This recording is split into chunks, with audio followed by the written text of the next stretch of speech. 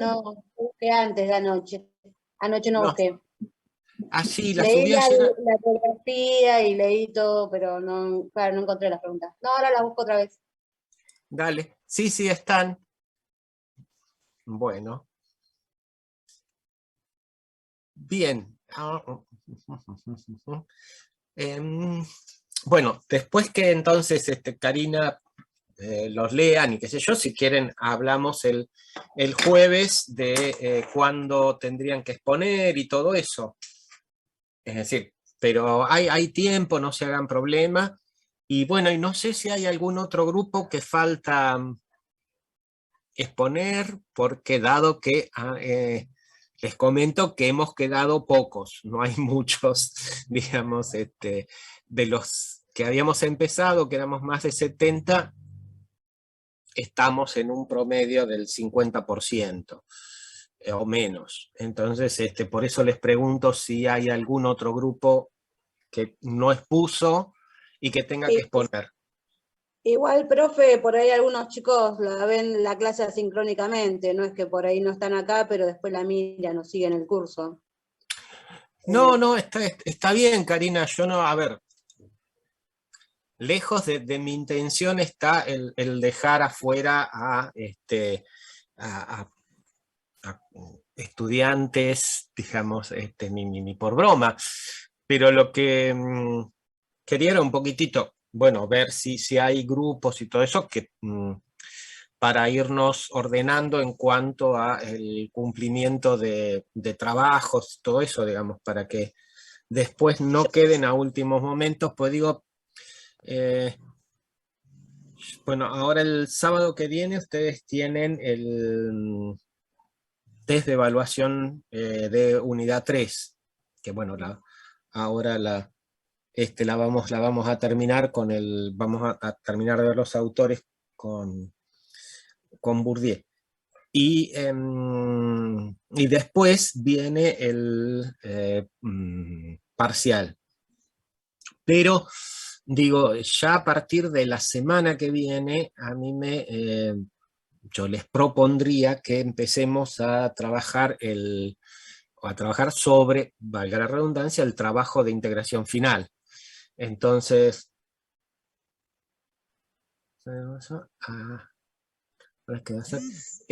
mirá, Valentín, mirá que voy a empezar a grabar antes que me digan que me falta. Mirá, Recording in y progress. después les voy a subir las clases que faltan. La modalidad del parcial creo que va a ser con preguntas, es decir, cerradas, de opción múltiple, pero de relación entre conceptos, y generalmente es a las 5 de la tarde, es cuando tenemos el espacio reservado, y no sé si se va a incluir una pregunta de tipo abierta, que también va a estar orientada a establecer relaciones entre los autores. ¿Mm?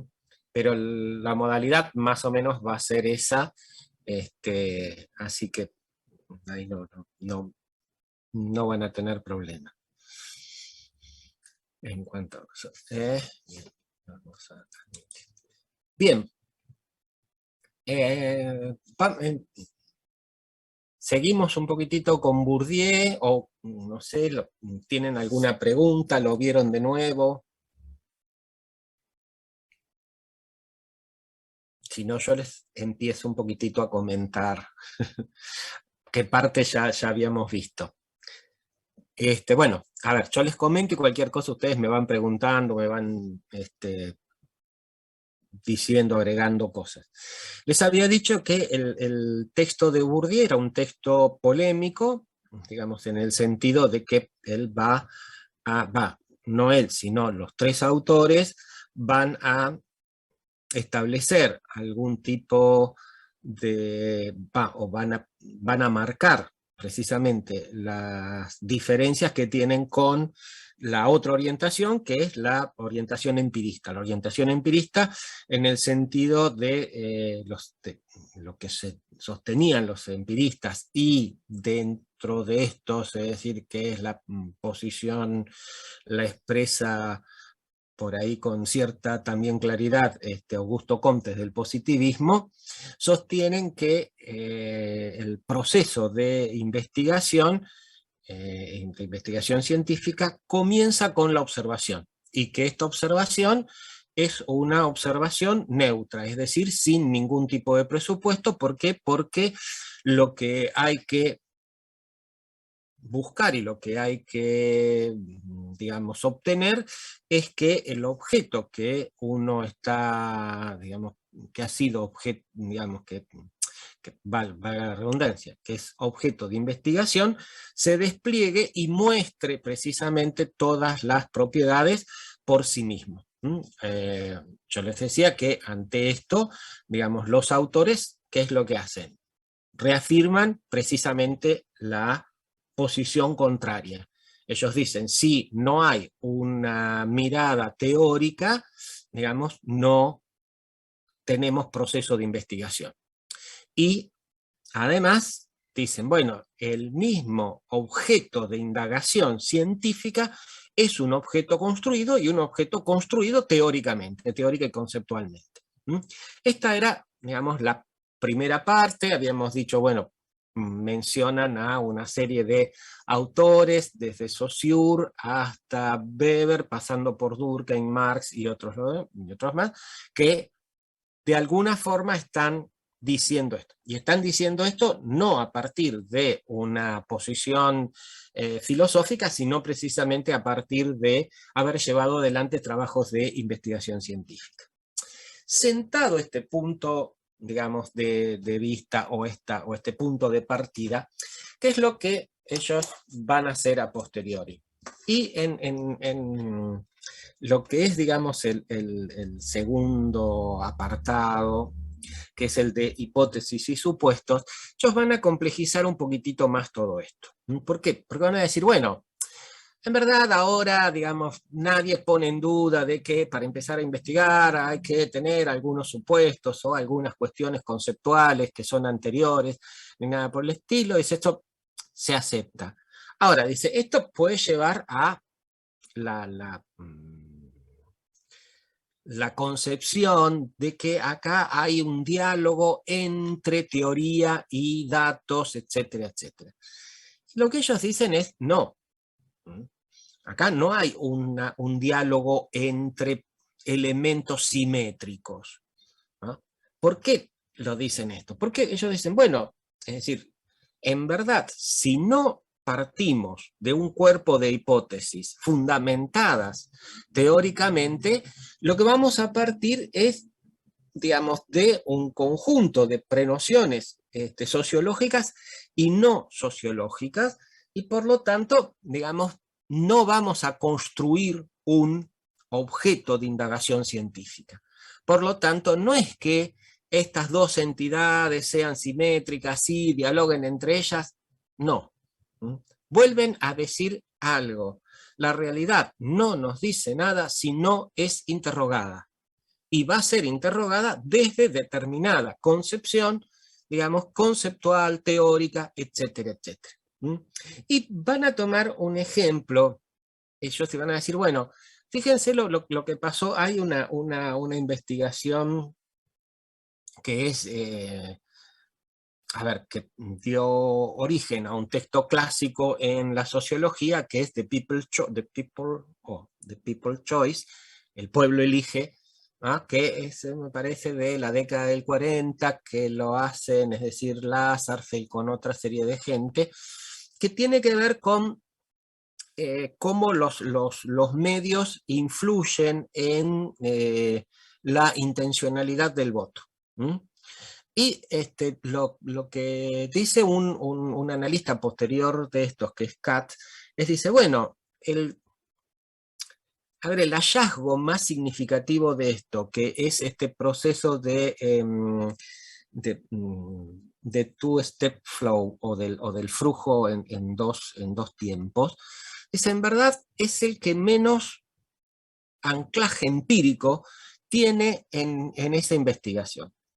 Y esto, digamos, ¿por qué? Y bueno, porque se partió de un concepto que es el concepto de masa. El concepto de masa implica que hay un conjunto de individuos que en verdad están atomizados y que cada uno, digamos, recibe particularmente y personalmente la influencia de los medios de comunicación. Y por lo tanto, digamos, este concepto de masa no permite ver precisamente las relaciones que hay entre estos individuos, que no son solamente masa, sino que, digamos, tienen o se conocen o tienen interrelaciones entre ellos. Entonces ellos dicen, bueno, fijemos cómo el partir de una concepción como esta, en verdad, dirige todo el proceso de investigación.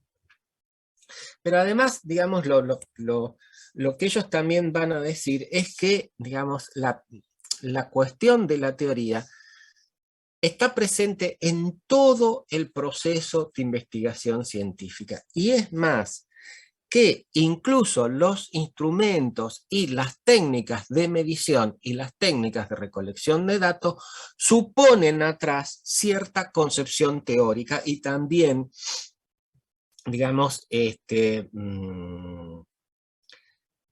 y también están relacionados con las hipótesis de las cuales se parten.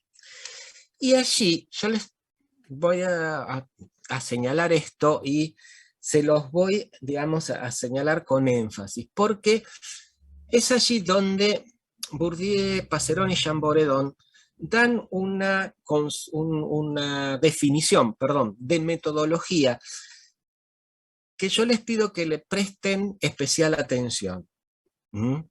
¿Por qué? Porque esa definición de metodología va a estar relacionada con una serie de argumentos que ellos van a presentar posteriormente. Y voy a leerla, digamos, tal cual. Ellos dicen que la metodología es la opción entre las técnicas métricas o no referentes a la significación epistemológica del tratamiento que las técnicas escogidas hacen experimentar al objeto y la significación teórica de los problemas que se quieren plantear al objeto al cual se las aplica. La leí tal cual, ahora la traducimos. ¿Por qué? Porque ellos dicen, ojo, muchas veces se piensa que, digamos, la metodología es como ir a elegir platos en el menú de un restaurante. Yo tengo una serie de técnicas, quiero investigar esto, a ver qué técnica, me gusta esta, entonces la llevo. No, dicen ellos. La metodología es una reflexión epistemológica. Una reflexión epistemológica en este sentido, es decir, por eso ellos dicen del tratamiento que las técnicas escogidas hacen experimentar al objeto. Es decir, cuando vamos a elegir y cuando vamos a seleccionar alguna estrategia metodológica, lo que tenemos que tener en cuenta es que determinado tipo de estrategia metodológica nos va a permitir observar determinadas propiedades de ese objeto, fenómeno, proceso que tenemos adelante, ¿no? Y otras no. Entonces, esto es lo que ellos dicen. Bueno, a ver, ¿qué es lo que estas técnicas hacen experimentar al objeto? Es decir, ¿qué es lo que nos permiten ver? ¿Y qué es lo que, y acá la otra, y la significación teórica de los problemas que quieren plantear al objeto al cual se las aplica? Es decir, ¿qué es lo que queremos ver de ese objeto? A ver, para dar un ejemplo, nosotros podemos trabajar el tema de pobreza. Ahora, dicho así en general, en verdad, ¿qué es lo que queremos ver? Y acá esto es, digamos, cómo construimos este objeto. Entonces, nosotros podemos decir, bueno, queremos ver, qué sé yo, la evolución de la pobreza en Argentina a partir de la recuperación de la democracia hasta la actualidad. Bien, entonces, ¿qué es lo que yo quiero ver? Bueno, ahí tengo una cuestión de proceso. ¿Mm? Bueno, vamos a ver, qué sé yo, desde el 83 hasta ahora, ¿qué pasó? ¿Cuántos eran? ¿Qué sé yo? Ahora, fíjense todo lo que esto va a plantear. ¿Mm? Primero y principal, ¿de qué pobreza vamos a hablar? ¿De una pobreza de ingresos? ¿De una pobreza estructural? ¿Las vamos a combinar? Si vamos a hablar de una pobreza por ingresos, ¿cómo la vamos a medir? ¿Vamos a usar el coeficiente de Gini? ¿Cómo medimos los ingresos? ¿Cómo los estabilizamos? Si hablamos de pobreza estructural, ¿qué vamos a usar? ¿El NBI o vamos a usar otras, digamos, medidas de precisamente carencia, etcétera, etcétera? Es decir, fíjense todas las cuestiones que tenemos que considerar, ¿no? Ahora, nosotros podemos decir, bueno, en verdad lo que nos interesa es, digamos, cuáles son los sentidos y los significados que le dan a esta situación de carencia o de pobreza aquellos que la experimentan. Y ahí vamos a tener otro objeto de indagación, aunque sigamos hablando de pobreza. Y ahí las técnicas métricas no nos van a poder decir nada.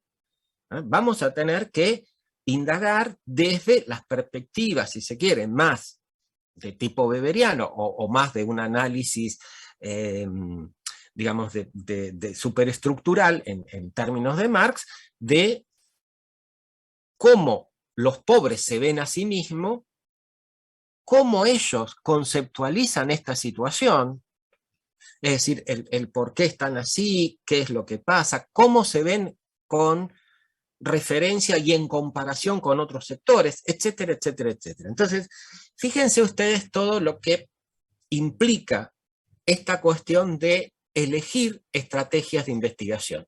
Por eso ellos son tan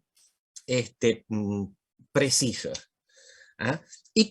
Y inclusive dan un ejemplo, vuelven a The People's Choice, o el pueblo elige, es decir, en el sentido que dicen, bueno, no solo estuvo la cuestión, digamos, la concepción de masa, sino que lo que utilizaron, digamos, los investigadores fue un muestreo al azar.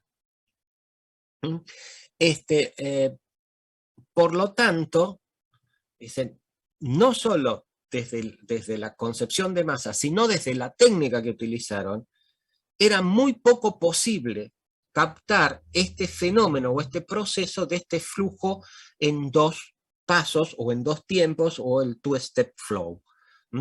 ¿Por qué? Porque obviamente, digamos, la técnica de muestreo al azar te atomiza el universo, te toma a los individuos en sí mismos.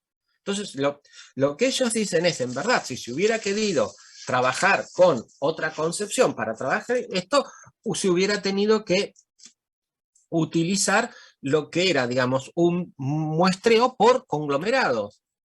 Es decir, a ver, ¿qué pasa dentro de un barrio? ¿Qué pasa dentro de una comunidad? ¿Qué pasa dentro de un club? ¿Qué pasa dentro de un conjunto de familias? ¿Qué pasa dentro de una fábrica? Porque acá es donde se va a poder detectar cuáles son lo que después aparece y se va a llamar como los líderes de opinión. Es decir, aquellos tipos que no solo reciben el mensaje de los medios, sino que también lo recodifican y además que lo recodifican influyen en las opiniones y en las intenciones o en las orientaciones, si se quiere, del voto de los demás. Este es el two-step flow, este flujo en dos pasos. Entonces, fíjense cómo la cuestión de las concepciones y la cuestión de las hipótesis y la cuestión de las técnicas nos recortan y nos permiten ver algunas cosas y otras no. Y esto es lo que ellos están diciendo y por eso le dan tanta importancia a esta definición de metodología. Y después, digamos, la otra cuestión que entonces dicen con respecto a todas las cuestiones de las estadísticas y todo lo demás, y acá hay algo que después lo vamos a ver también en Marradi. ¿ah? Y es, digamos, que las estadísticas nos permiten decir ciertas cosas del objeto, pero muchas otras no. Esto quiere decir que las estadísticas tienen sus límites. Y hay veces en que a partir de determinados estudios y de determinadas investigaciones, se les hace decir a las estadísticas cosas que las estadísticas no dicen. Entonces, lo que ellos dicen es, ojo, no creamos que porque usamos estadísticas podemos abarcar la totalidad de los fenómenos. No. Esto no es así. Las estadísticas tienen sus ventajas y tienen sus limitaciones. Veamos un poquitito a ver qué es lo que pasa antes de usarlas mecánicamente, de usarlas, digamos, acríticamente, etcétera, etcétera, etcétera. Ellos después van a, en el otro apartado, digamos, la falsa neutralidad de las técnicas. Aquí van a mantener el tono polémico del texto. Pero la cuestión va a cambiar. Digo, ya no es la discusión sobre si es la cuestión teórica o, qué sé yo, o la observación neutral la que, es decir, es el origen de la investigación. Eso para ellos ya está, no van a agregar nada más. Ahora, ¿qué es lo que, dónde va a estar la polémica en este apartado? ¿Cuál es el eje de las controversias que ellos van a tomar? Y el eje de las controversias tiene que ver con algo que nosotros ya habíamos visto y que ustedes pueden encontrar en el texto de Marradi, que es esta cuestión entre lo que Marradi llama el enfoque estándar o las técnicas de investigación o las estrategias, perdón, de investigación cuantitativa y el enfoque no estándar o las estrategias de investigación cualitativa. Y esto, digamos, ¿por qué? Porque pareciera que hay, y no pareciera, en un momento, y aún uno hoy lo puede ver en determinados investigadores en ciencias sociales, que parecieran aceptar como que, digamos, los estudios de survey o de encuesta por cuestionario, digamos, con preguntas de opción cerrada, serían, digamos, los más científicos y esta sería una opción de tipo neutral. Lo que ellos van a plantear en principio es que no hay una técnica neutral. Y lo que también van a decir es, bueno, miren, acá se armó también un despelotito en este sentido, que es que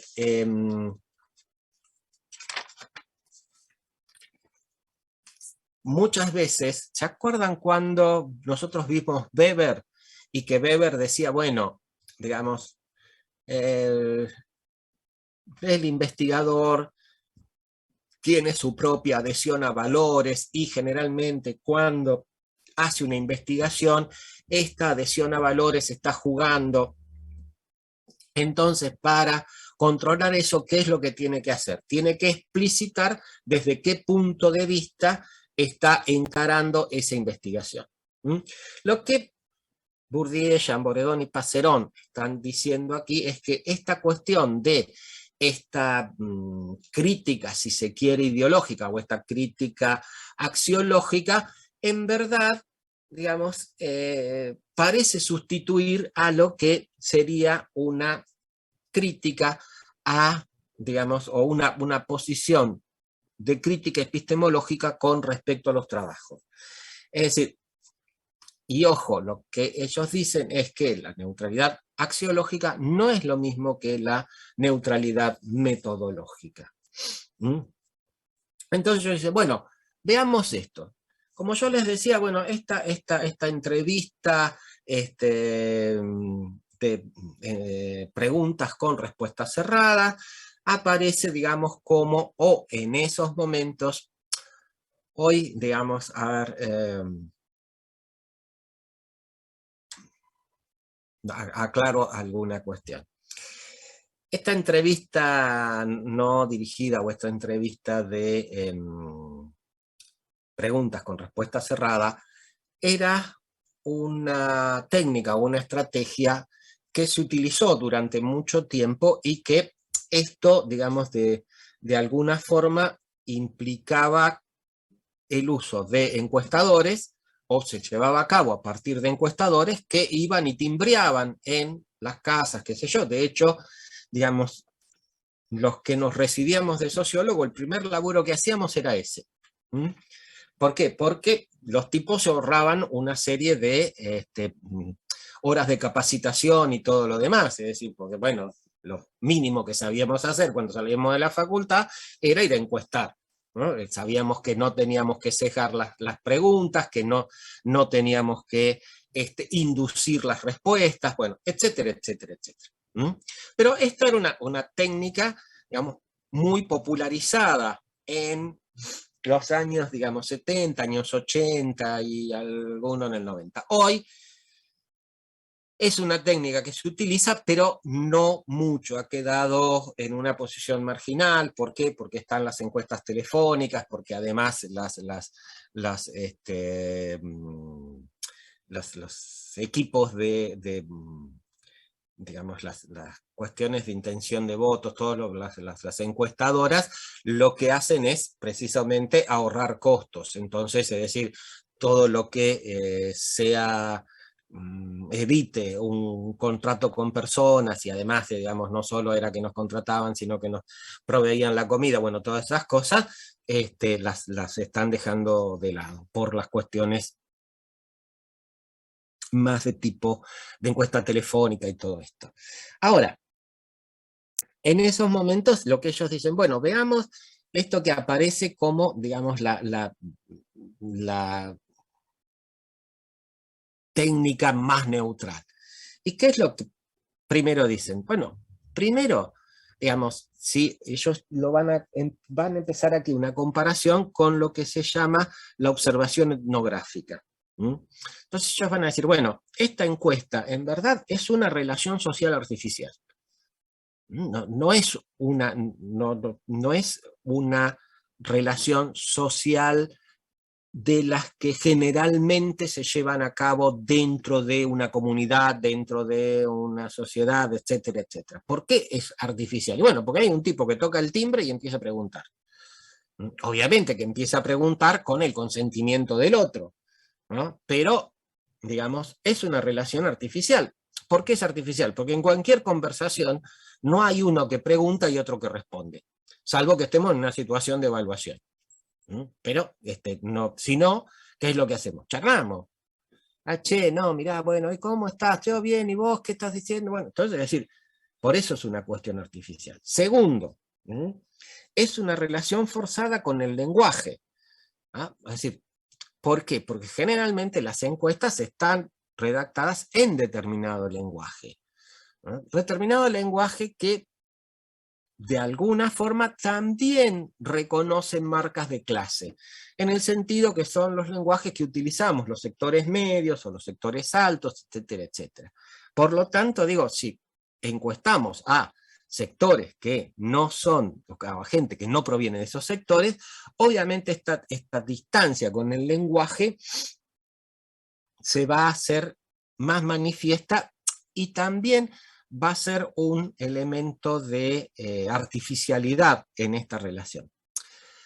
A ver, hay un ejemplo muy, muy interesante hace unos años, creo que fue en la década del 70, yo no me acuerdo ahora, sí, creo que fue en la década del 70, 70 o 80, se hizo, digamos, un estudio en el Bronx, digamos, el barrio digamos, negro de Estados Unidos, con un problema de investigación, un objeto de investigación, que era tratar de ver si los integrantes o las personas afrodescendientes o negras manejaban, digamos, un código lingüístico más rústico, más simple que las personas blancas. Se hicieron 2 encuestas en 2 momentos diferentes. En el primer momento, ¿qué es lo que se encontró? Bueno, se encontró que precisamente los sectores del Bronx, es decir, los individuos que eran negros, afrodescendientes, etcétera, etcétera, manejaban en forma mucho más rústica el lenguaje, digamos, en comparación con los blancos. La segunda investigación, que se hizo, digamos, a los 6 meses, no en un lapso de 5 años que uno podría decir, bueno, cambiaron las condiciones culturales. No. Digamos, a los 6 meses los resultados fueron totalmente distintos. ¿Por qué fueron totalmente distintos? Porque los individuos que vivían en el Bronx, vuelvo a decir, afrodescendientes, negros, etcétera, etcétera, manejaban más de un código lingüístico. Manejaban un código lingüístico que aparecía o que, digamos, se presentaba como rústico o como más simple con respecto a los blancos, pero al mismo tiempo manejaban un código lingüístico mucho más complejo para comunicarse entre ellos. Y uno podría decir, bueno, ¿qué pasó?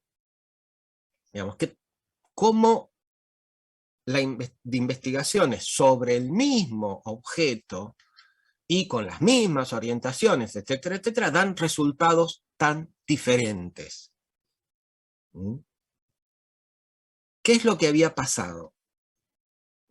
¿Qué piensan ustedes que podría haber pasado entre estas 2 investigaciones en ese lapso de 6 meses?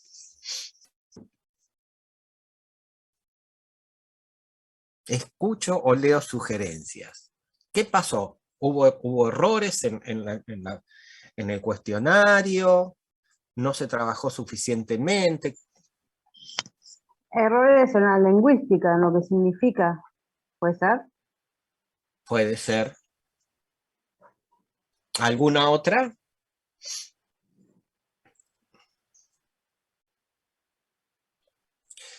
Además de esto que decía Karina, es decir, que era una alternativa, pero lo que pasó fue que se usaron encuestadores diferentes. Exacto. Usaron diferentes instrumentos. No, el instrumento era el mismo. Lo que pasa es que los primeros encuestadores eran blancos y los segundos eran negros. Entonces, ante los blancos... No nos contó, profesor. ¿Eh? No nos contó eso. ¿Les conté ya eso? No nos contó que eran diferente color los encuestadores. Ah, pues bueno, no, por eso se los cuento. Pero no íbamos a adivinar, entonces. Bueno, pero de eso se trata. Es decir, por eso que ellos dicen que también las técnicas de encuesta son técnicas de sociabilidad socialmente calificadas. Y eso es lo que pasó. Es decir, ante encuestadores blancos, los encuestados negros, ¿qué es lo que hicieron? Usaron lo que el blanco esperaba que usasen. Un lenguaje más rústico, menos elaborado, etcétera, etcétera. Ante encuestadores de su misma etnia, ¿qué es lo que hicieron? Mostraron lo que en verdad, digamos, se manejaban entre ellos. Entonces, digo, fíjense cómo esto que Bourdieu, Passerón y Chamboredón dicen, son técnicas, las técnicas de encuesta son también técnicas de sociabilidad socialmente calificadas. Entonces, estas cuestiones son las que hay que tener en cuenta cuando organizamos o cuando elaboramos cuestionarios. Es decir, ojo, vamos a realizar una serie de interacciones con hombres, mujeres, etcétera, etcétera, y no con encuestados. Hombres y mujeres que tienen sus particularidades, su determinada construcción cultural, etcétera, etcétera, etcétera.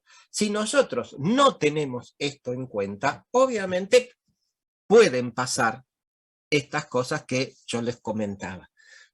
Por eso que la otra cuestión que ellos señalan es que no hay una pregunta neutral. Y que cuando realizamos y cuando elaboramos un cuestionario, tenemos que tener en cuenta precisamente a qué grupo, a qué sector, a qué conjunto de individuos le estamos haciendo la pregunta. Esto, digamos, por un lado, a ver si la pregunta es pertinente o no, y eso lo vamos a ver, digamos, pertinente con respecto a ese grupo. Y la otra cuestión, porque lo que determinados términos significan para nosotros, pueden tener un significado diferente para aquellos a los cuales les vamos a hacer las preguntas. Ellos dan el ejemplo, digamos, Bourdieu en su primera época hizo una serie de investigaciones en Argelia y en Kabylia, en una zona de Francia. Es decir, pero digamos, las primeras investigaciones de Bourdieu fueron precisamente en Argelia. Cuando Argelia todavía era colonia francesa, pero estaba en proceso de liberación. Hay una serie de cuestiones muy interesantes. Allí los trabajos argelinos de Bourdieu es algo que bueno, no les digo que los vean, pero a nosotros y a mí me parecieron muy sugestivos y muy rigurosos. Pero bueno, vayamos a esto. Lo que él señala allí, que la simple pregunta de ¿trabajó usted hoy? No se decodifica de la misma forma dentro de estas comunidades rurales que dentro de las comunidades urbanas. Y que entonces aparecen después interpretaciones como que, no, los encuestados son de mala fe, nos mienten, etcétera, etcétera. No. Si nosotros no tenemos en cuenta estas cuestiones lingüísticas, vamos a estar arriesgándonos a toda una serie de malos entendidos en esta relación. La otra cuestión que yo les comentaba es, a ver, ¿qué preguntas se hacen a determinado conjunto de individuos? Y si esas preguntas son pertinentes o no. Ellos dan el ejemplo de una investigación que hizo Lerner digamos, con preguntas al subproletariado en países subdesarrollados, sobre la cuestión de, es decir, con qué héroes cinematográficos o de cómics se identificaban estas personas. Y lógicamente, es decir, lo que dicen Bourdieu y Chambordon es que generalmente cuando nosotros preguntamos, nosotros contestan, pero ¿cuál es la relación entre subproletariados que están más preocupados por comer?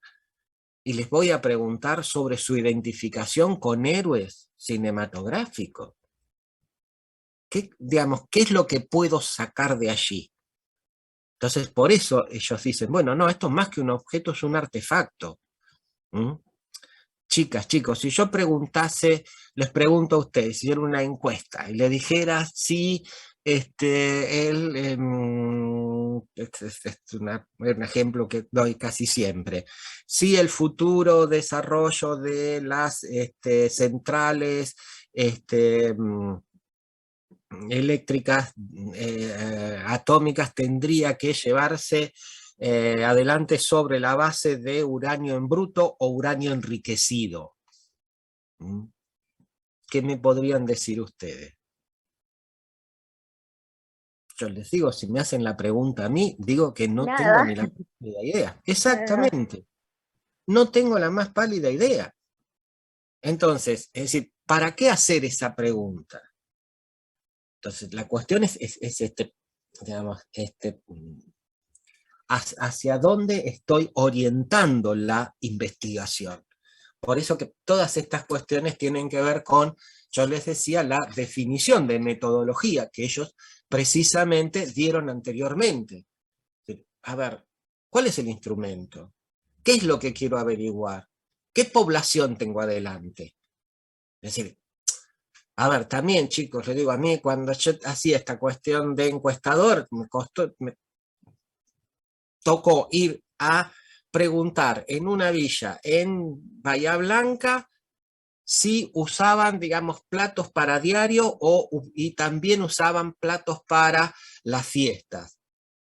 Yo hacía esa pregunta y me sentí un ridículo total, es decir, ¿qué estoy preguntando acá? Pero bueno, lo que quiero decir es, esto pasa en muchos lados, hay muchos ejemplos de esto, y es una de las cosas que tenemos que tener en cuenta. La otra cuestión, unido a esto, es esta cuestión de que, y unido a lo que les decía, que, digamos, el cuestionario más cerrado, o el cuestionario de respuestas más cerradas, no implica que haya una univocidad de sentidos. Y muchas veces, la cuestión, ellos dan otro ejemplo, dicen el sofisma del psicólogo, cuando ellos dan un ejemplo de un estudio en psicología que se hizo, que le preguntaban a los chicos cuál era la diferencia entre el juego, trabajo, placer, trabajo, obligación. Y lo que señalan muy bien ellos es que estas son categorías que podemos construir los adultos, no los chicos. Por lo tanto, lo que estábamos haciendo, en verdad, es recolectar respuestas a nuestras propias prenociones, pero no las respuestas que nos podían dar niños, que su concepción de trabajo y de juego es totalmente diferente. Entonces, ¿cómo las construimos? Y la otra cuestión es que, digamos, muchas veces se hacen las cuestiones de estudios de coyuntura y no se tiene en cuenta todo el proceso. Entonces, lo que ellos dicen es, ojo, cuando hacemos, a ver, por ejemplo, ¿qué es un estudio de coyuntura? Un estudio sobre intención de voto. Si yo solamente tengo esto, obviamente que voy a poder decir algunas cosas. Pero, digamos, la coyuntura, ¿surge porque sí o está dentro de un proceso histórico?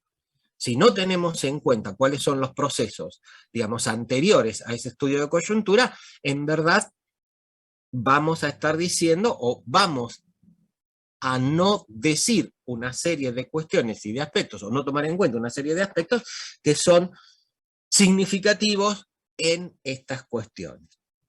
Ahora, vuelvo a decir, esto, ellos en algún sentido dicen, bueno, fíjense qué es lo que están haciendo. Están elaborando una serie de críticas a instrumentos que son o que corresponden a estrategias de tipo cuantitativas. Ojo con esto. Ellos no están diciendo que hay que descartarlos. Lo que están diciendo es, muchachos, los instrumentos de tipo cuantitativo son un instrumento o son instrumentos dentro de una gama, ¿no?, que está en igualdad de condiciones con otros. Y ellos dicen, bueno, por ejemplo, digamos, cualquier encuesta en comparación con una observación etnográfica, en verdad, digamos, se queda corta. ¿Qué es una observación etnográfica? Ustedes saben, o yo se los comenté, la etnografía implica ir a vivir con una determinada comunidad, etcétera, etcétera. Por lo tanto, ¿qué es lo que ellos están diciendo? La observación etnográfica, ¿qué es lo que nos da? ¿Ah? Nos da una mirada de primera mano con los procesos y los fenómenos que la gente vive cotidianamente. Entonces, obviamente que la información que voy a obtener es mucho más rica. Está bien, lleva más tiempo, es mucho más riguroso, tengo que hacer un registro, tengo que tener el diario, lo que se llama el diario de investigación, tengo que hacer todo un trabajo de fichaje, tengo que ordenar las entrevistas, historias de vida, las observaciones de acontecimientos, etcétera, etcétera. Sí, Pero si quiero describir la vida de una comunidad, la observación etnográfica es mucho más rigurosa y me da mucho más elementos que una encuesta, digamos, de opciones de preguntas cerradas. Entonces, es decir, además, lo que ellos van a decir es que cuando hacemos una serie de encuestas sobre comportamientos, lo que también tenemos que tener en cuenta es que, digamos, lo que vamos a obtener es una mirada de los mismos individuos sobre sus comportamientos anteriores. Y acá hay algo que voy a hacer referencia a algo que mencionaba Bauman y que de alguna forma Bourdieu, años antes de que Bauman elaborara el texto de él, se lo está respondiendo. Bauman decía, no, dice, tanto Durkheim como Weber descartan las opiniones de los actores sobre sus mismas acciones.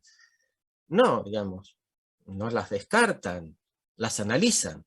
Y es lo mismo que está diciendo acá, que están diciendo Bourdieu, Chamboredón y Passerón.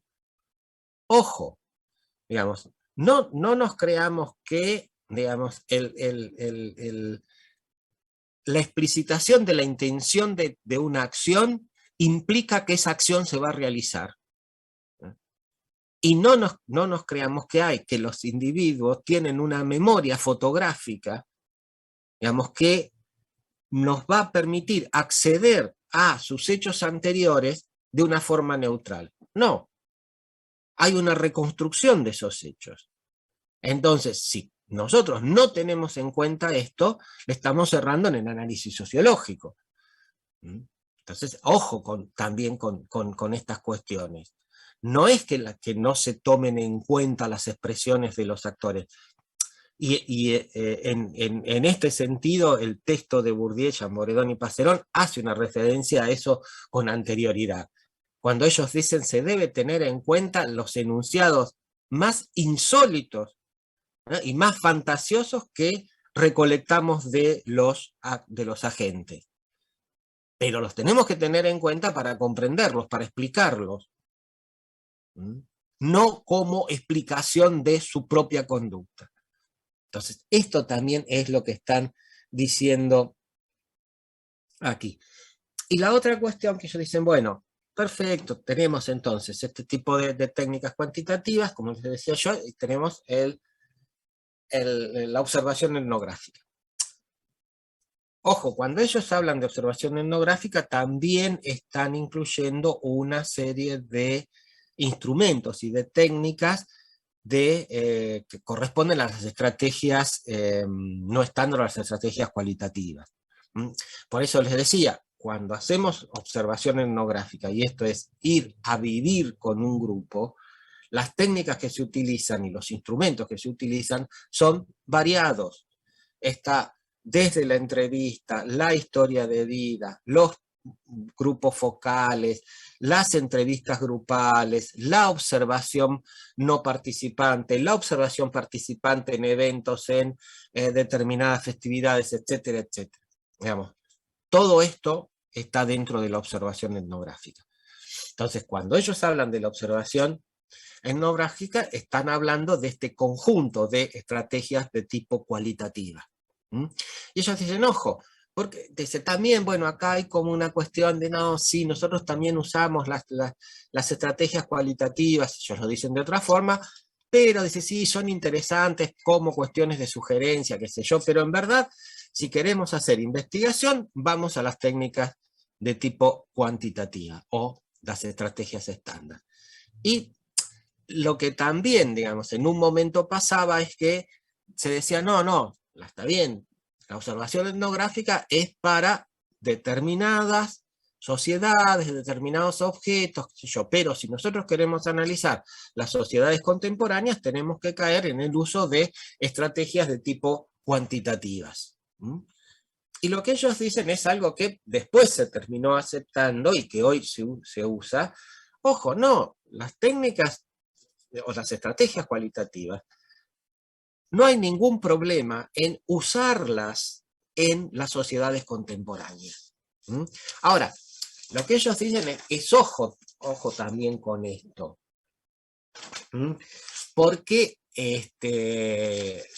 digamos, es tan peligrosa la cuestión de ignorar unas técnicas, digamos, o esta cuestión de no prestar atención a las técnicas etnográficas desde la sociología, o no prestar atención a las técnicas cuantitativas desde la etnografía, desde la antropología social. Entonces, esto es tan peligroso como el préstamo indiscriminado. ¿Por qué el préstamo indiscriminado? Porque ellos dicen, ojo, no se puede trasplantar mecánicamente una técnica sin ver, en verdad, para qué está ideada esa técnica. Entonces ellos dicen, se pueden usar los elementos de la observación etnográfica en las sociedades contemporáneas, pero teniendo en cuenta, digamos, que estos fueron elementos que están ideados para grupos que no son extensos y en los que, digamos, no hay mucha diferenciación de funciones y que además, digamos, las transformaciones culturales son transformaciones lentas. Entonces, si yo tengo en cuenta cuáles son las características del objeto para los cuales fueron ideadas las técnicas cualitativas y las técnicas cuantitativas, sí puedo hacer un uso combinado de ellas. Pero dice, ojo también con estos supuestos. Y dan un ejemplo muy interesante. Ellos dicen, bueno, la diferencia, por ejemplo, en el análisis de los procesos culturales que vienen desde las posiciones de la etnografía y desde las posiciones de la sociología. Desde las posiciones de la epistemología, los análisis de tipo cultural, y acá me faltó decir algo.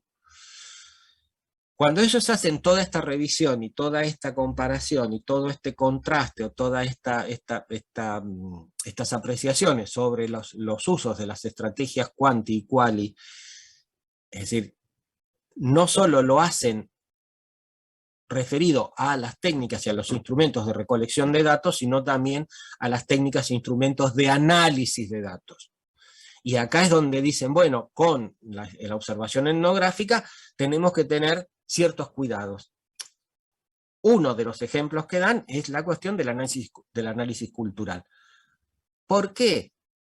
Porque dicen, es particularmente diferente.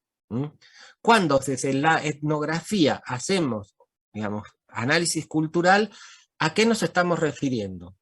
A diferentes grupos de individuos y diferentes comunidades que obviamente construyen diferentes marcos culturales. Entonces, lo que ellos dicen es totalmente lógico que encaremos esto desde el principio de relativismo cultural. ¿Qué quiere decir relativismo cultural? Quiere decir que no vamos a establecer ningún ordenamiento jerárquico entre las culturas. Es decir, les vamos a dar a todos el mismo valor.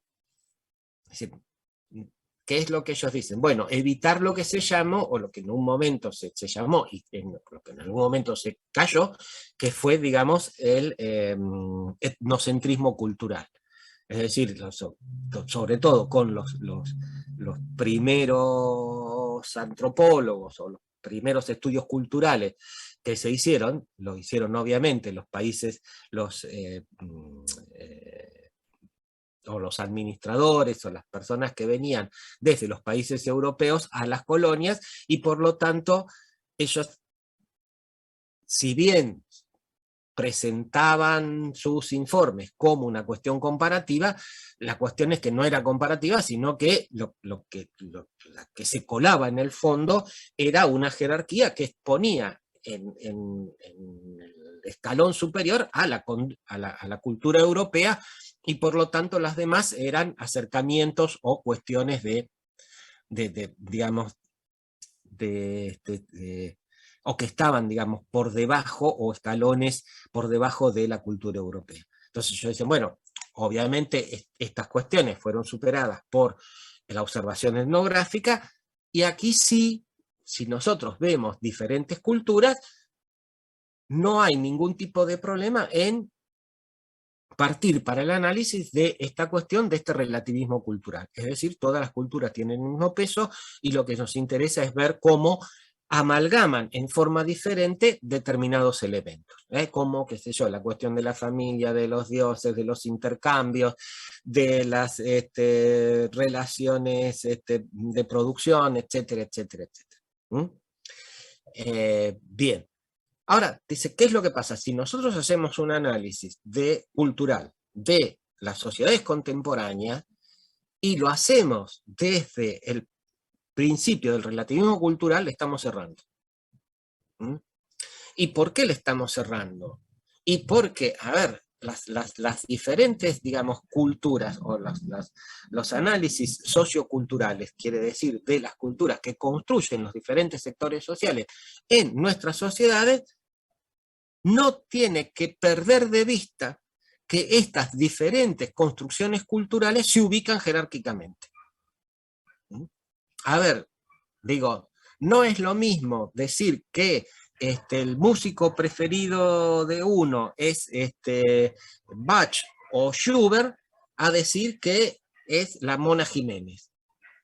Es decir, los consumos culturales, los objetos culturales están ordenados jerárquicamente. El lenguaje está ordenado jerárquicamente.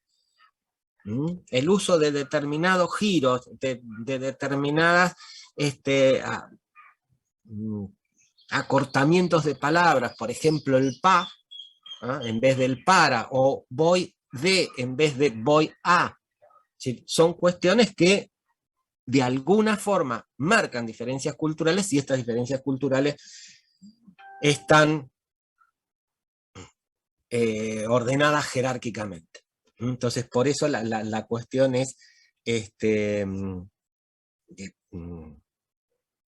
tenemos que tener en cuenta estas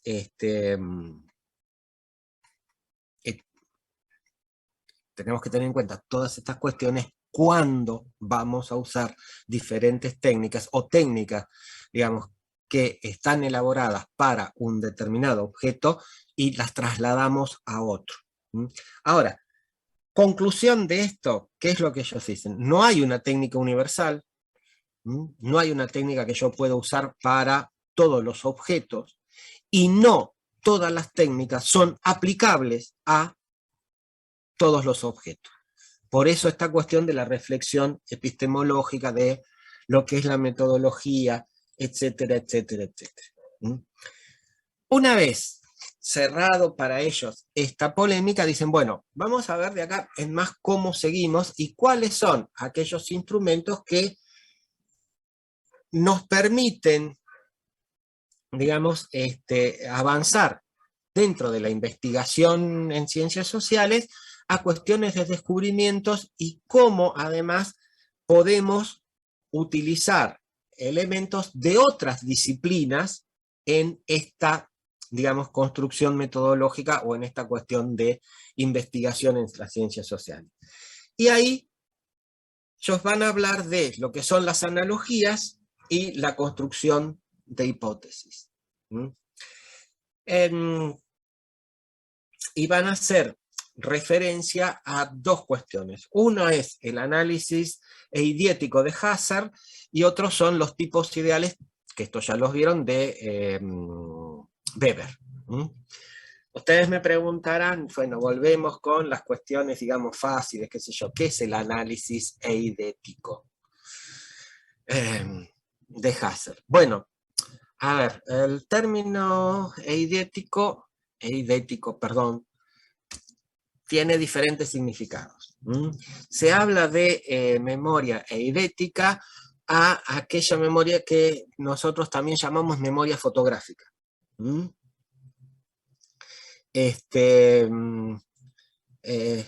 no sé si ustedes leyeron una trilogía de novela negra de un autor sueco, ahora no me acuerdo cómo se llama, me parece que es Larsen, digamos que nombres de las novelas tienen, digamos, títulos largos. El primero es Los hombres que no amaban a las mujeres.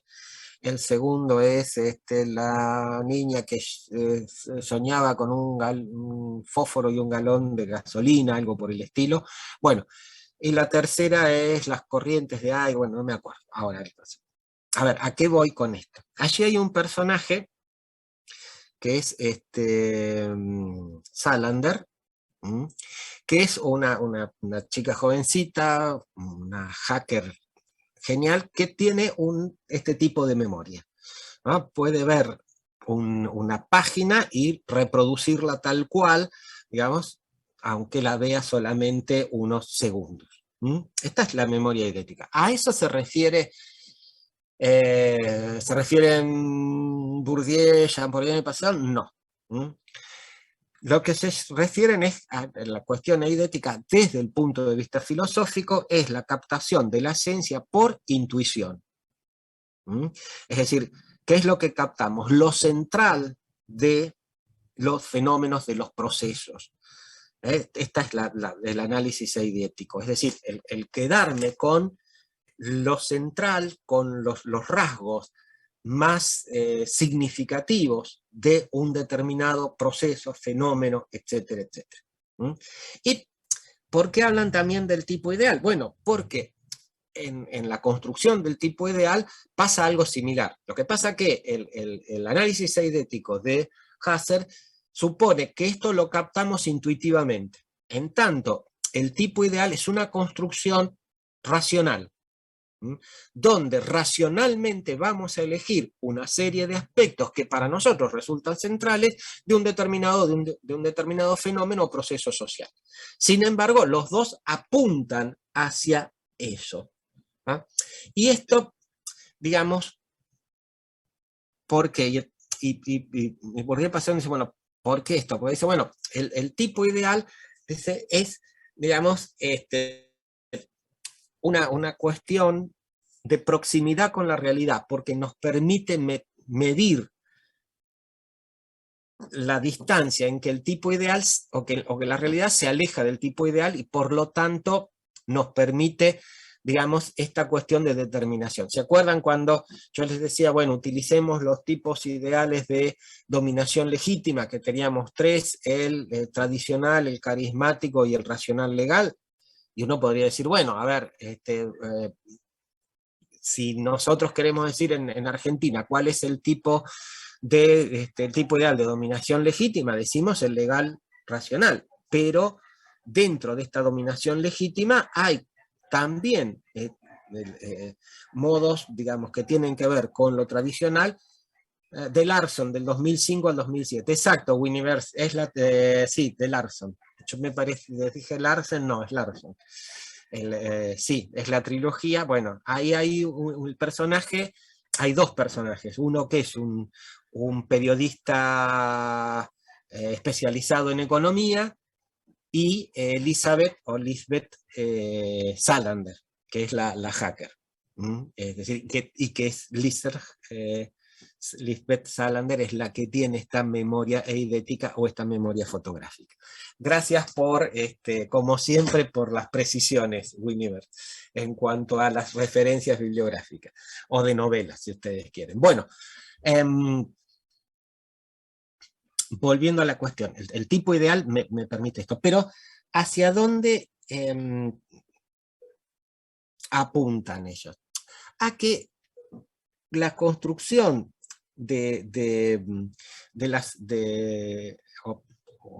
la cuestión del análisis o de la comparación de analogías implica esto. ¿Qué es lo que implica? Implica esta construcción de los objetos. Fíjense que vuelven a insistir sobre esto, ¿no? Esta construcción de los objetos que rompen con la percepción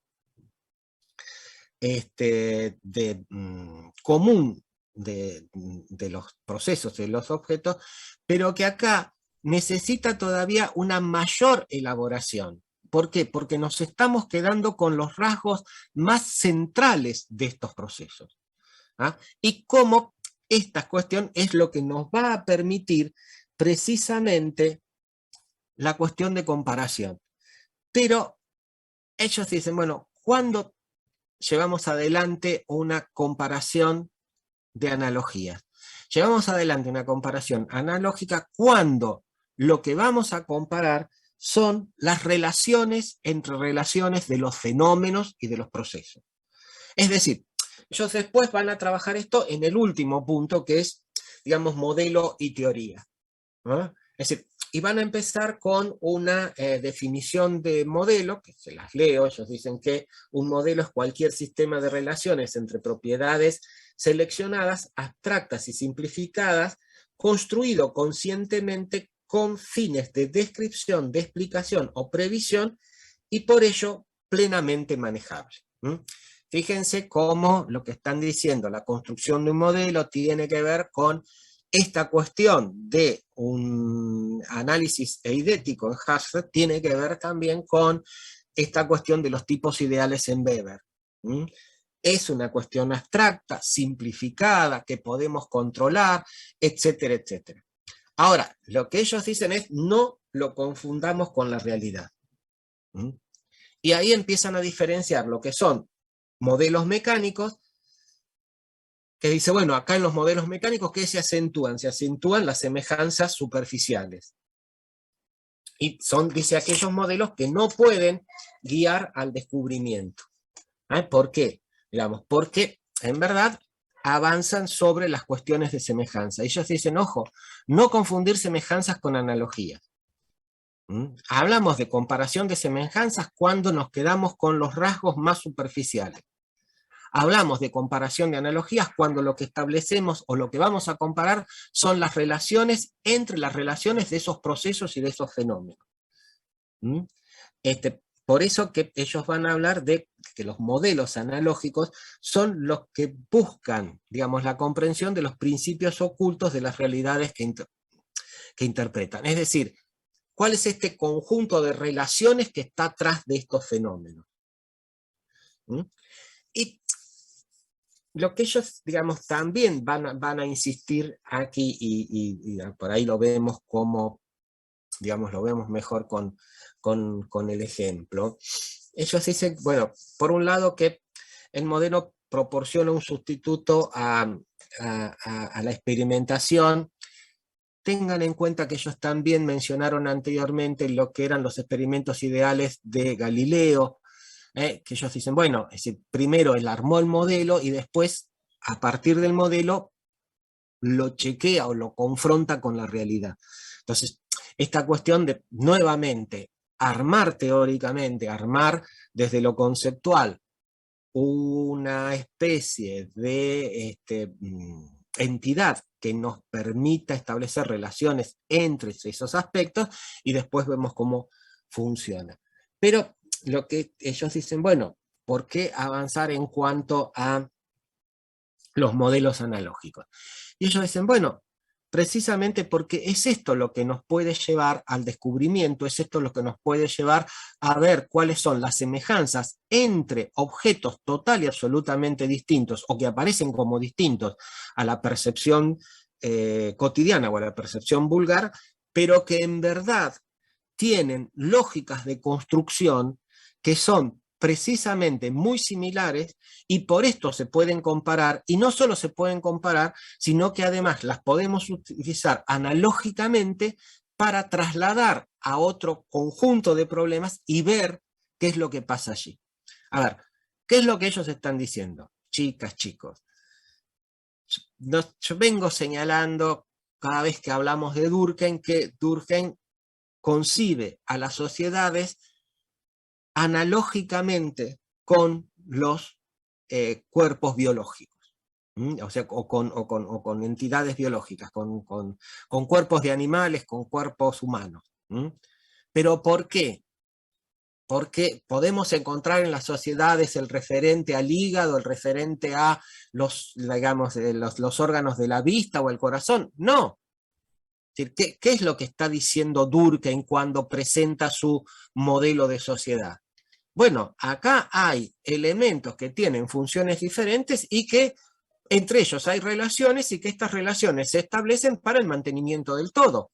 Esta es una cuestión de analogía. ¿Mm? O lo que también, digamos, van a mencionar Panofsky, digamos, Bourdieu, Passerón y Chamboredón con respecto a Panofsky, entre la analogía entre la Suma Teológica y la Catedral Gótica. Y uno puede decir, a ver, ¿qué es la Suma Teológica? Bueno, la Suma Teológica es una de las obras más conocidas de Tomás de Aquino. Y, digamos, ¿qué tiene que ver un texto de la escolástica en donde Tomás de Aquino trata de probar que, digamos, la creencia en Dios puede ser avalada o puede ser fundamentada racionalmente, y una catedral gótica? Y uno en principio dice, nada, no tiene nada que ver, ¿no? Pero lo que dice Panofsky, sí, porque la lógica que hay atrás de uno y de otro es la misma. La lógica es precisamente racionalizar esta cuestión del poder de Dios, uno desde un conjunto de argumentos y otro desde una construcción de tipo, digamos, arquitectónica. Ustedes me van a decir, pero ¿cómo la lógica es la misma? ¿Entraron en una catedral gótica? No tienen que ir lejos. Entren en la Catedral de La Plata. No es gótica, es neogótica. Pero a los fines da lo mismo. ¿Entraron en la Catedral de La Plata? Sí, Sí. hace mucho. Hace mucho, Karina. Bien. ¿Cuál fue la primera sensación cuando estuvieron en las puertas? Imponente, no sé. Exactamente. Es decir, nos supera por todos lados. Somos una motita de polvo frente a eso. Nada. Primera cuestión.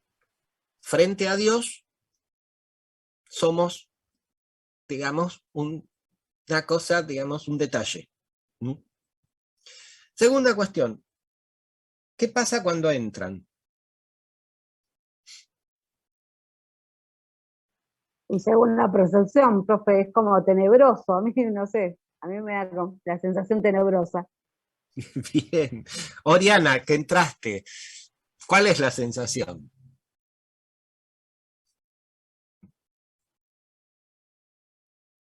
¿Ninguna? Sí, también.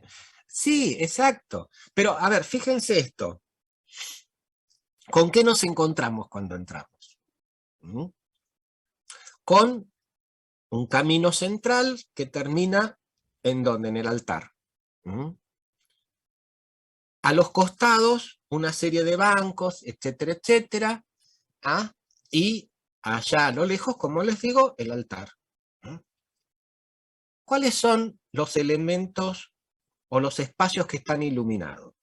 Los espacios que están iluminados es el altar. Los de los costados están en penumbra, por eso la cuestión de tenebroso.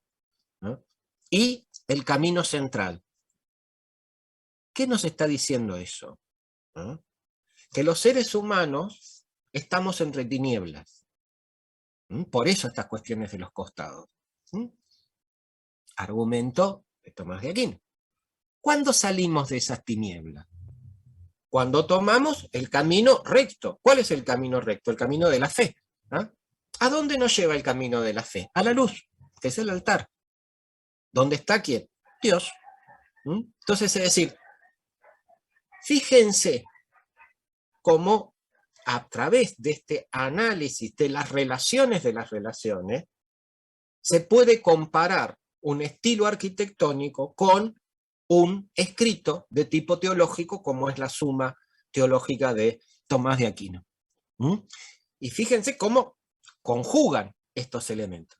Entonces, por eso ellos dicen, bueno, hay que avanzar en la construcción de modelos analógicos, porque es acá donde podemos después, digamos, construir otras relaciones y ver si este tipo de relaciones también se da en otros ámbitos, en otros espacios, en otras dimensiones, etcétera, etcétera, etcétera, que van más allá de lo social, o que pueden ir más allá de lo social, de lo político, de lo económico, etcétera, etcétera.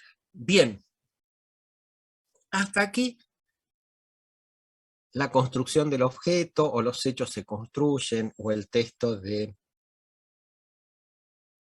Bourdieu, Chamboredón y Passerón. ¿Me supe explicar?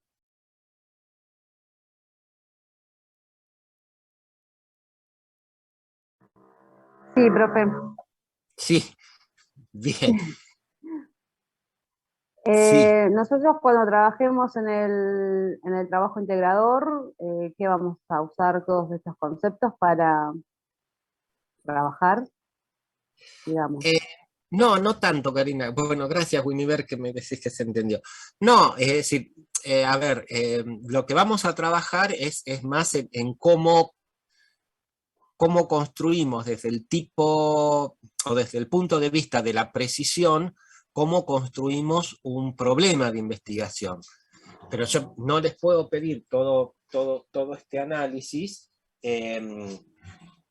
digamos, porque en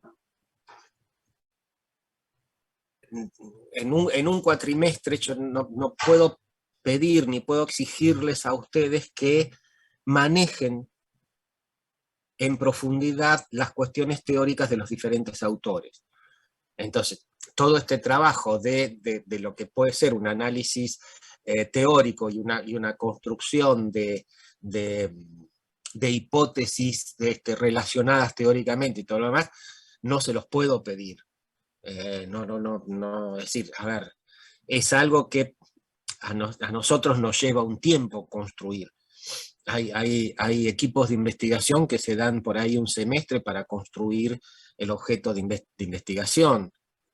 Y esto, bueno, y cuando estoy hablando de equipos de investigación, estoy hablando de equipos con profesionales, con ya un tiempo de ejercicio, etcétera, etcétera. Entonces yo no les puedo pedir a ustedes que teóricamente hagan todo este trabajo que nos están, digamos, nos están mostrando, nos están poniendo ante los ojos Bourdieu, Chamboredón y Passerón. Lo que sí digo, ténganlo en cuenta que cuando investigamos, lo que tenemos que precisamente hacer, si queremos construir objetos de investigación, es precisamente todo esto. Pero yo no se los puedo pedir a ustedes, ni por joda. Y no es porque, no es por un rasgo personal de ustedes, sino por una cuestión de relación con las concepciones teóricas. Esto necesitamos, ojalá tuviéramos, digamos, todo un año o más de un año para hacer esto. Entonces ahí sí lo podemos pedir, o yo lo podría pedir. Pero en un cuatrimestre, imposible. Y hasta anualmente, salvo que nos dediquemos a un solo autor. Pero esto, digamos, no implica un conocimiento de la teoría bastante más acentuado o más profundo que el que podemos establecer en un cuatrimestre. Por lo tanto, Karina, quédate tranquila, no vamos a pedir todo esto. Sí, la idea de que un problema de investigación necesita construirse, necesita elaborarse y necesita formularse en forma muy precisa. Entonces, una cuestión son los temas de investigación, otra cuestión son los problemas de investigación. Y esto lo digo porque por ahí un grupo dice, no, nosotros vamos a investigar sobre violencia de género. Ah, sí, qué lindo. ¿Qué vas a investigar? Es como muy amplio, ¿no?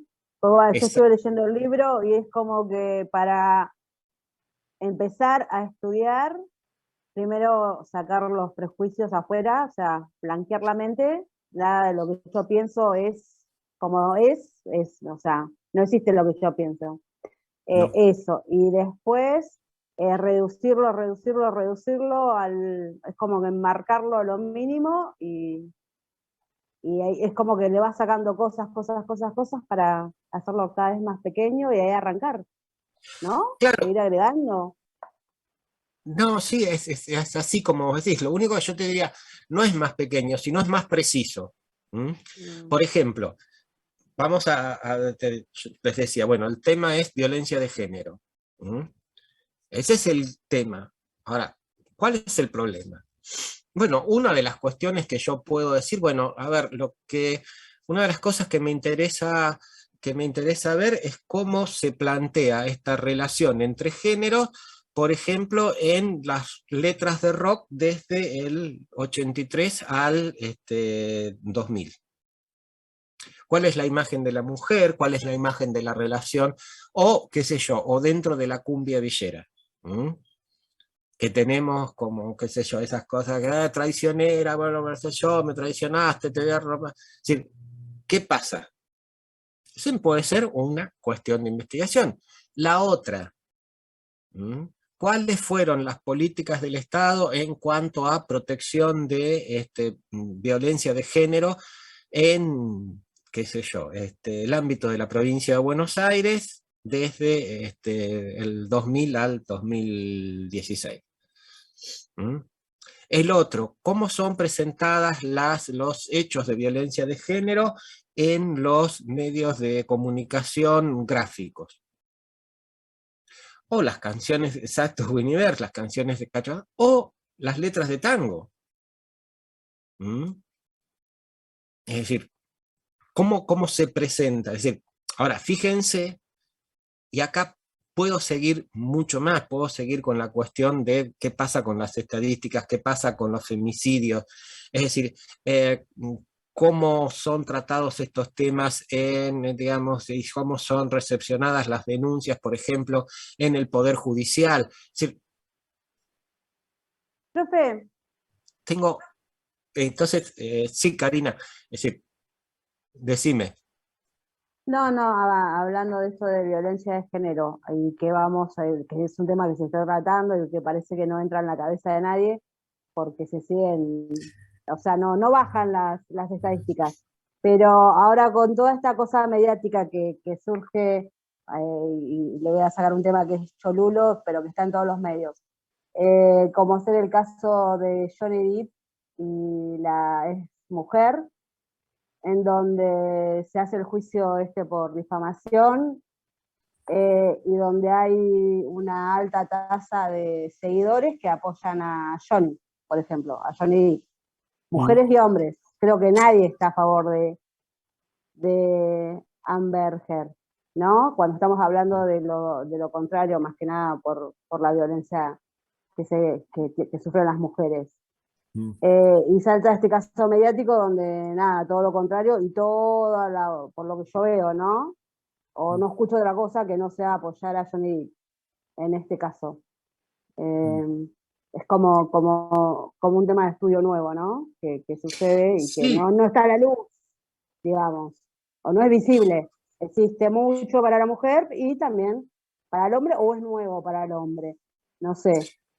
Sí. Bueno, Karina, ese si querés, eso se puede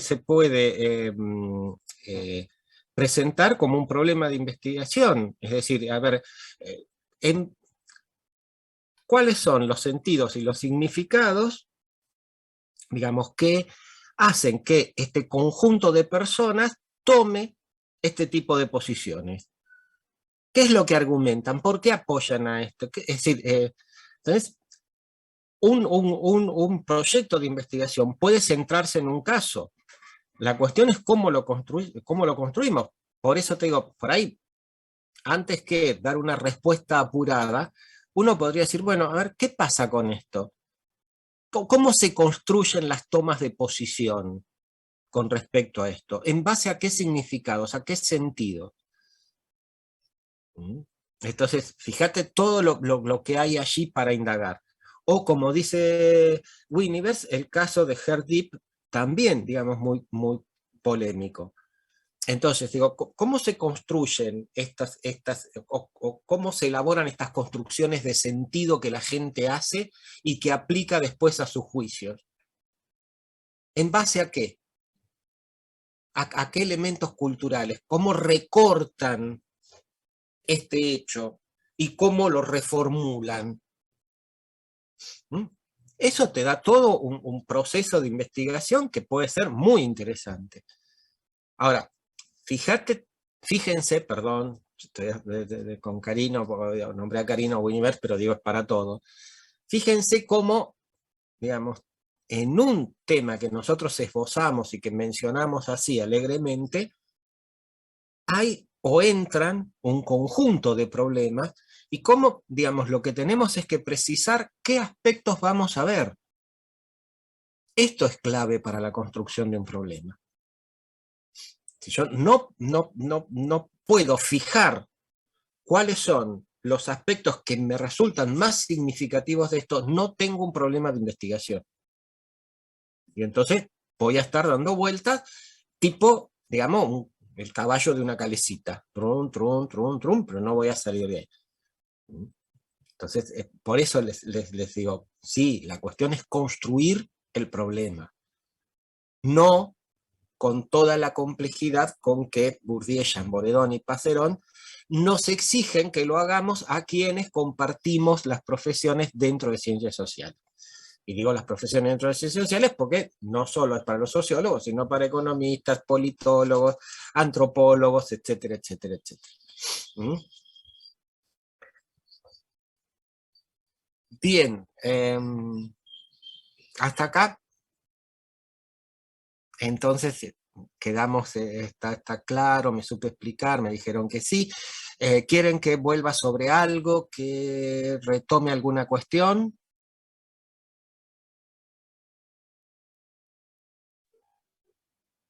Por mí no, profe, lo liberamos.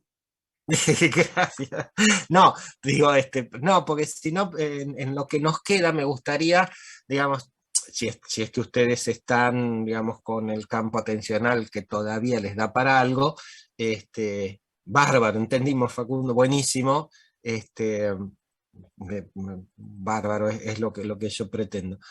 No, charlar un poquitito de uno de los textos de Castel, de la sociología y la respuesta a la demanda social, que yo les había dicho que los lean para hoy y dejamos para el jueves el otro texto de las trampas de la exclusión, y les voy a pedir que lean, ese sí es un texto complejo, el texto de Ruth Sautou sobre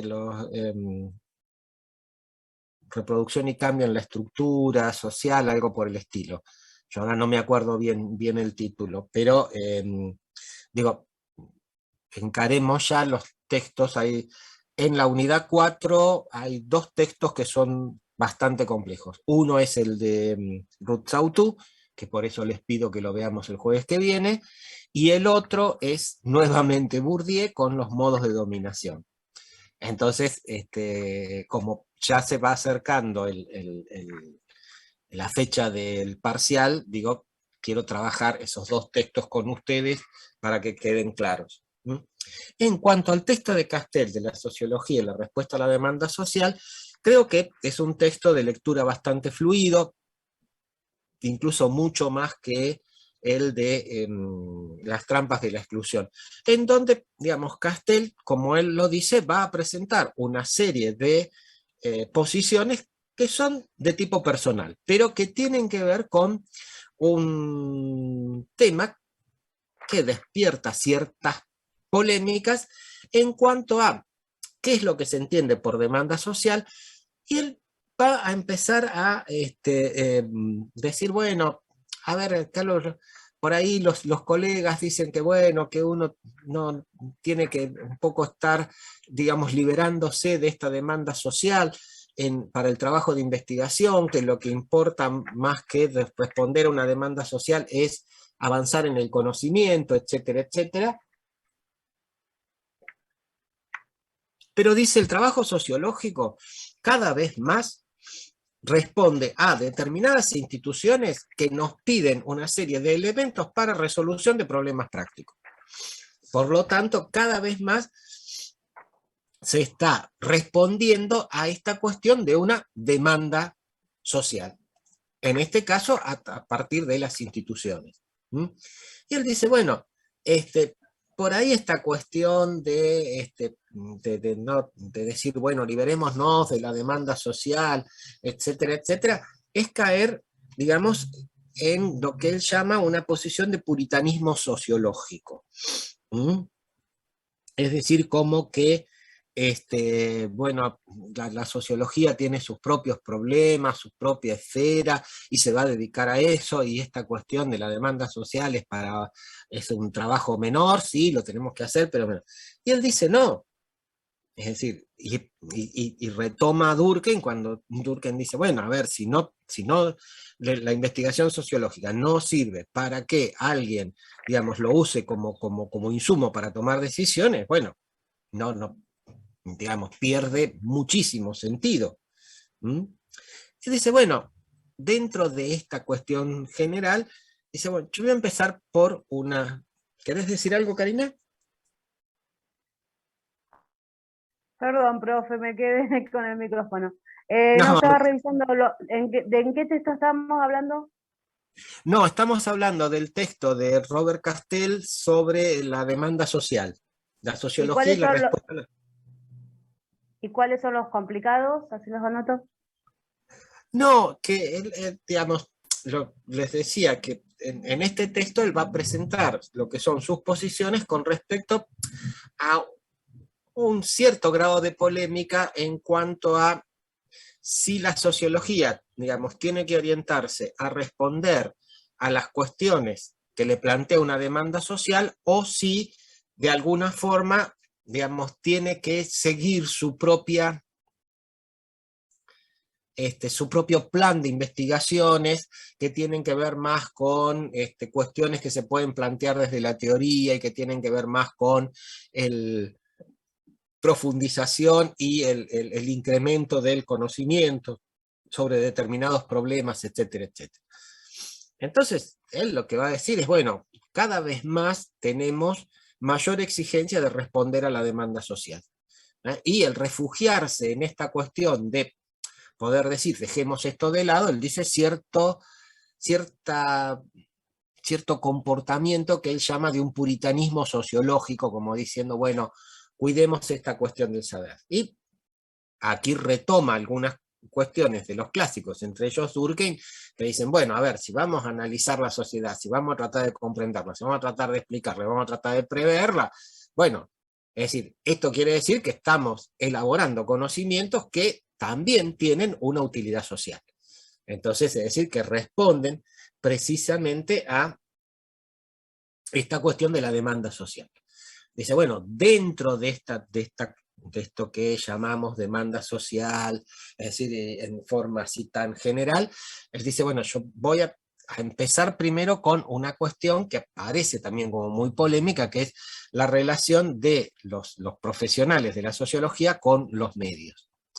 Dice, bueno, acá hay una primera cuestión, ¿no? Dice, nadie está obligado a hablar por radio, ni nadie está obligado a aparecer en televisión. Por lo tanto, quien acepta esto, está aceptando determinadas reglas del juego. ¿Cuáles son esas reglas del juego? Y dice, bueno, hay sociólogos que se quejan de que, digamos, los periodistas por ahí después presentan sus argumentos en forma demasiado simplificada y a veces los distorsionan. Y Castell dice, sí, es lógico. No podemos comparar la presentación de un problema en una página con la presentación de un problema en un informe de investigación de 120 páginas. Obviamente que el tratamiento va a ser totalmente diferente. Pero bueno, ya lo sabemos. Entonces, es decir, aceptémoslo. Y además, él dice una cuestión también muy clarita. Si verdaderamente nuestra promesa y la promesa de la sociología es comprender, explicar, describir y prever la realidad, qué mejor que esos conocimientos que se han adquirido se hagan públicos, aunque tengan cierto grado de distorsión, no importa. Son elementos que sirven para lo que es, digamos, las argumentaciones, las contraargumentaciones, el debate público, la cuestión de políticas. Fíjense que esto que está diciendo Castell en este texto, lo decía Lair en no en el capítulo que ustedes tienen que leer, pero sí en el libro en el cual el texto que ustedes tienen es un capítulo, que él decía, a mí no me preocupa tanto que una ministra de Cultura diga que no tenga tiempo para leer novelas. lo que me preocupa es que funcionarios públicos no lean los trabajos de investigación en sociología, ciencias políticas, economía, etcétera, etcétera. Entonces, digo, están diciendo de alguna forma lo mismo. Están diciendo, sí, el conocimiento en ciencias sociales no tiene, por lo menos como uno de sus objetivos, el ser un insumo para el debate público sobre decisiones y sobre la implementación de políticas públicas, no sé de qué estamos hablando. Entonces, bueno, y esto, digamos, ¿cuál es la forma de hacerlo público? Bueno, a través de los medios. Y él dice una cuestión,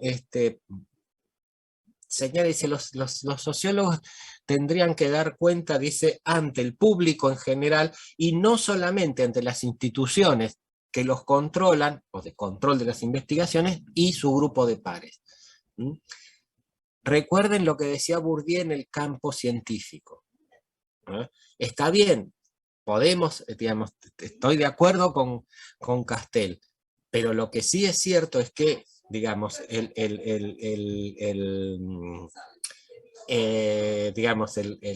la apreciación y el juicio que sobre los productos de investigación científica que tienen más significación son los que primero se elaboran dentro del campo específico de la investigación sociológica.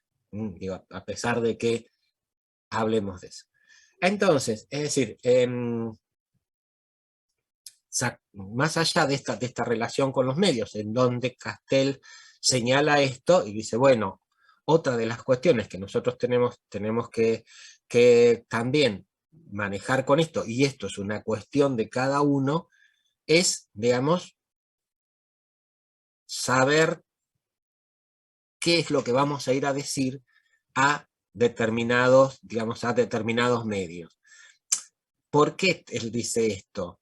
Y bueno, porque, es decir, a ver, dice acá en la cuestión de los medios hay muchas cuestiones de ego, y entonces, es decir, hacia uno lo llaman para opinar sobre, qué sé yo, cualquier tema, seguramente va a ir. Y él dice, bueno, si no tenemos un conocimiento acabado de ese tema, no vayamos.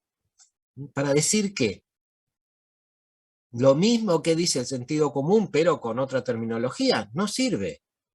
¿No? Seamos nosotros responsables de cuál es nuestro propio discurso y cuáles son las áreas del conocimiento del sociológico que manejamos o que no manejamos. Entonces dice, ojo con la relación entre los sociólogos, y acá digo, entre los profesionales de ciencias sociales y los medios. Es decir, y esto es cierto, a mucha gente, digamos, le ponen un micrófono adelante y puede opinar de cualquier cosa. Y nuestra función como profesionales no es solamente opinar, o no es opinar. Cuando somos consultados como profesionales, no opinamos. Más allá de que tengamos nuestros puntos de vista, y esta es otra de las cosas que después Castel va a trabajar.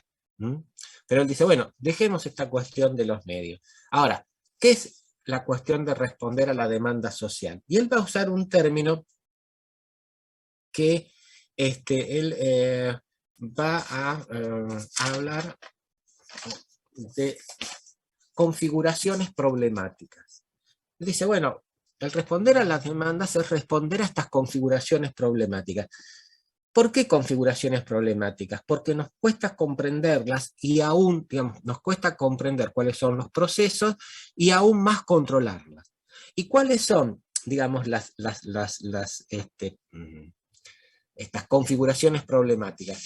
Bueno, aquellas cuestiones que, digamos, la sociedad de alguna forma está reclamando que se analicen y que se le den soluciones. A ver, chicos, chicas, en estos momentos, ¿cuál sería una configuración problemática en Argentina? La cuestión de la inflación. Estamos todos, bueno, con la inflación que no nos alcanza, que sí, que cuánto será el mes que viene, qué sé yo, que por qué, bueno, es decir esto. Y fíjense todas las polémicas que hay en torno a eso. Y si no, sería bueno que hubiera investigaciones muchísimo más precisas en vez de hablar desde configuraciones dogmáticas. esto es lo que está diciendo también Castel. Estas configuraciones problemáticas son estas temáticas que aparecen dentro de la sociedad y a las cuales tenemos que dar respuestas. Pero fíjense también lo que él va a señalar. Y en esto, digo, lo menciono, ¿por qué? Porque tiene que ver con algunas cosas que está diciendo Bourdieu. Él dice, nosotros podemos tomar estas configuraciones problemáticas, pero no tal cual están planteadas desde el sentido común, sino que las tenemos que decodificar y que reconstruir. ¿Qué es lo que está diciendo? Está diciendo lo mismo que nos decía Bourdieu. Ojo, el objeto se construye. No está negando la relación con los procesos y los fenómenos, digamos, que están ocurriendo en la actualidad. Pero él dice, ojo, reconfigurémoslos, es decir, reconstruyámoslo teóricamente. Y cuando dice, bueno, ¿cuáles son estas configuraciones problemáticas? Son las que hoy aparecen. Pero ojo, y esto también lo señala y lo dice muy claramente. No nos quedemos con un análisis, digamos, sincrónico. No pensemos que estas configuraciones problemáticas están presentes hoy y solamente hoy. Tienen una historia, tienen un proceso atrás. Entonces, el responder a la demanda no es solamente responder a esto que aparece hoy, sino también tratar de encontrar hacia atrás cuál es esta cadena de procesos y de fenómenos que nos lleva a esta situación. Por eso que la cuestión también, él dice, tienen que ser reconfigurados. Y la otra cuestión que él está diciendo es, ojo, muchas veces se dice, bueno, la demanda social en verdad es, digamos, la demanda de los grupos que están en posición dominante. ¿Por qué? Porque son los que pueden imponer la agenda en los medios, etcétera, etcétera. Y él dice, bueno, sí, esto es cierto. Es decir, la demanda, las configuraciones problemáticas no surgen de la sociedad, surgen de determinados sujetos que las presentan como configuraciones problemáticas. Por lo tanto, esto tiene que ver con las relaciones de fuerza en las cuales estos sujetos están inmersos y en las posibilidades de plantear esta configuración problemática como una configuración problemática de toda la sociedad cuando por ahí es de un sector particular. Entonces él dice, sí, corremos este riesgo. Son los grupos de posición dominante los que más acceso tienen a los medios de comunicación y los que más acceso tienen o que más posibilidades tienen de configurar una agenda de problemas. Pero dice, pero el ver la demanda social implica también ver cuáles son los conflictos, cuáles son, digamos, las cuestiones de discusiones o de polémicas o de cuestiones que se presentan en la sociedad. Es decir, ¿qué pasa con las manifestaciones? ¿Qué pasa con las huelgas? Todo esto es demanda social. Y es desde aquí, desde donde la tenemos que construir. ¿Por qué son demandas sociales? Y bueno, porque acá hay un conjunto de o sectores sociales que están planteando sus propias problemáticas y sus propias, digamos, dificultades de acceder o no a determinados estándares de calidad de vida, etcétera, etcétera. Entonces él dice, la cuestión de la demanda social tiene que estar muy atenta a esta cuestión de conflictos, incluso de conflictos que por ahí no aparecen en los medios, pero que sí que se desarrollan y que podemos tener noticias de ellos a través de canales alternativos. Y la otra cuestión que él va a decir es, ojo, desde el punto de vista, digamos, del análisis sociológico, no nos creamos que todo análisis sociológico o análisis de ciencias sociales, y acá incluyo a la economía, a las ciencias políticas, a la antropología, a la historia, está llevado adelante por individuos que tienen determinado tipo de orientaciones, o si se quiere, digamos, determinada forma de entender y de asumir lo que es un determinado compromiso social. Y él dice, bueno, es decir, así como él dice una cosa, termina, o en uno de los tramos finales, él dice que hay que concebir a la sociología no como un discurso único, sino como un ensamble de tentativas de elucidar las diferentes configuraciones problemáticas o demandas sociales que coexisten hoy en día en nuestra sociedad. Y lo que él dice es, ante cada configuración problemática o cada demanda social, por lo menos vamos a tener dos puntos de vista. Y acá, nuevamente, él hace referencia a esta cuestión conflictiva, a esta cuestión de cómo los diferentes sectores sociales ven en forma diferente determinados hechos y fenómenos. Entonces él dice, bueno, el que adoptemos una de ellas no quiere decir que renunciemos a la rigurosidad. Es más, retoma esta cuestión de Weber, que Weber decía, bueno, explicitemos desde qué punto de vista nosotros vamos a encarar esta configuración problemática. Él da el ejemplo de Goffman, que Goffman fue un sociólogo norteamericano muy interesante de las escuelas de la fenomenología, que hace todo un estudio sobre los hospitales psiquiátricos, y el tipo dice, bueno, cuando se hicieron este tipo de estudios, generalmente, digamos, se hicieron sobre la perspectiva de los médicos o del personal, digamos, de la carrera, digamos, hospitalaria de estas instituciones. Y yo voy a empezar, digamos, también a incluir el punto de vista de los pacientes psiquiátricos. Entonces, fíjense cómo, y acá no, es como él dice, Goffman no es ni un socialista, ni un izquierdista, ni nada por el estilo, es un investigador.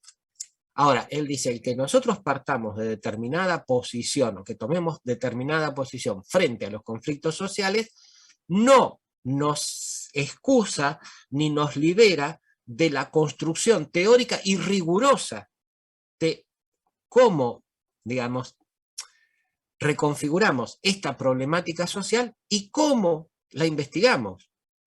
Entonces, el que tomemos una posición a favor de determinados sectores, o que, digamos, es decir, nosotros consideremos que es una injusticia la cuestión de que la existencia de grandes sectores de la población que no pueden acceder al trabajo, mientras otros dicen, bueno, esto la cuestión es que son medios haraganes y prefieren cobrar planes, es decir, el que nosotros digamos, no, esto es una injusticia, nos obliga mucho más a plantear rigurosamente cuáles son las configuraciones problemáticas y, digamos, cuál es el proceso que lleva a que esto aparezca y cuáles pueden ser algunas de las cuestiones que podrían empezar a revertir o a diluir o a paliar este tipo de configuraciones problemáticas. Entonces, lo que él dice es, bueno, la demanda social siempre va a estar presente. Ahora, cuando investiguemos, hagamos siempre este trabajo de reconfiguración y no tengamos ningún problema en tomar posición, porque aunque no lo digamos, aunque no lo hagamos explícito, la toma de posición va a estar. Bien. Hasta aquí el texto, o lo que yo quería rescatar como fundamental del texto de Robert Castell sobre la demanda social. Nos queda para el jueves el otro texto, que son las trampas de la exclusión, y incluyan, como ya les digo, son la reproducción y cambio en la estructura social de Ruth Sautou. Está en la unidad 4, no hay otro texto de Sautou, por lo tanto lo pueden encontrar y ubicar muy fácilmente. También en este caso, ¿me supe explicar?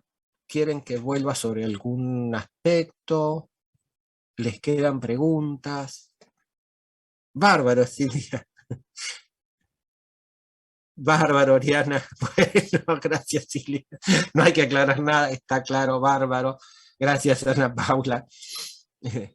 Bueno, chicos, chicas, si está todo claro.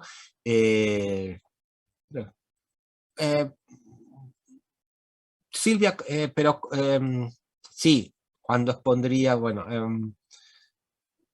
¿ustedes van a trabajar el cuento de La Dama o el Tigre? Sí, profe, nosotros le habíamos dicho en la clase pasada de, bueno, de hacer la Bueno, exposición de la unidad 2.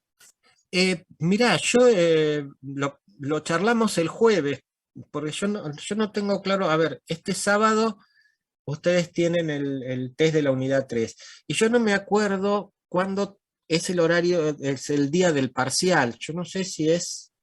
Profe, el otro, o sea, este tenemos el test y es el otro, el parcial.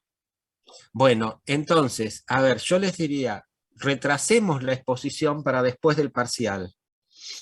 ¿Mm? Dale, profe. Sí, perfecto. Mejor, mejor así podemos Sí. enfocarnos bien.